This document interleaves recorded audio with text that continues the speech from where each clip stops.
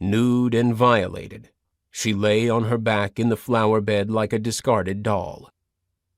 Her head was turned toward the northern hills, eyes shut, legs akimbo, fingers trapped beneath her buttocks. She proclaimed sacrifice. Ants crawled across her belly, leaving red bites. She was murdered and nameless. Sergeant Frank Salerno, genuflecting to look, could feel the squeeze of the rope at her neck, which was encircled by a line of dark purplish bruise. Rope or twine or cord.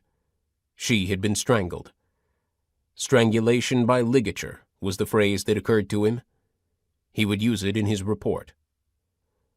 It was now just after 8 on the morning of Halloween, 1977.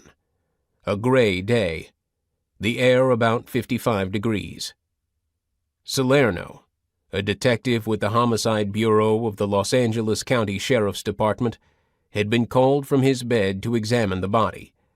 It had been discovered at 6 o'clock, where it now lay, about 2.5 feet from the curb at 2844 Alta Terrace Drive in La Crescenta, a middle-class town in the foothills just north of Glendale.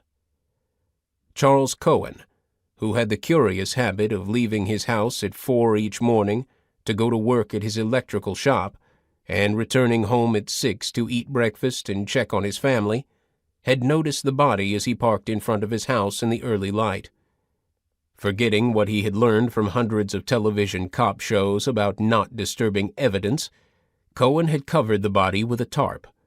He had not wanted his or other neighborhood children to go off to school having seen a corpse. Other detectives who had arrived before Salerno had not touched the tarp. Salerno removed it carefully, hoping that nothing important had been lost. She was pale, small and thin, maybe 90 pounds. Neither pretty nor not, her straight reddish-brown hair neither long nor short. She could not have lived more than 15 or 16 years. Scrutinizing her, Salerno reflected that in a decade as a sheriff's deputy, and in more than 2 years with homicide, he had never seen a body like this. He noted ligature marks at 5 points: neck, wrists, and ankles.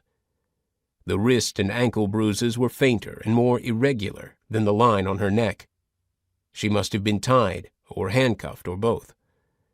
Her open mouth revealed blood along the upper gum line. Her body bore no other signs.